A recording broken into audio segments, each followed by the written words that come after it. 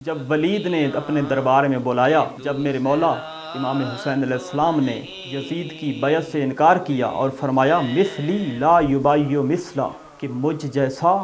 یزید جیسے کی بیعت نہیں کر سکتا، کوئی تاریخ میں نہیں دکھا سکتا کہ امام حسین کے بعد پھر یزید نے سید سجاد سے بیعت کا مطالبہ کیا ہو۔ امام حسین علیہ السلام نے صرف بیعت یزید سے انکار نہیں کیا، بلکہ یزید کا ایسا مکروہ چہرہ دنیا کے سامنے لایا کہ اب اگر کوئی شخص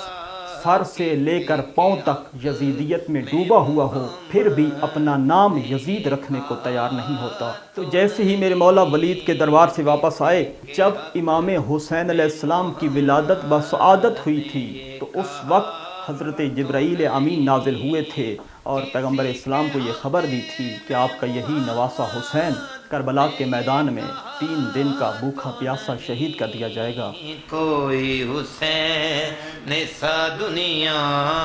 میں دوسرا تو نہیں، کوئی حسین سا دنیا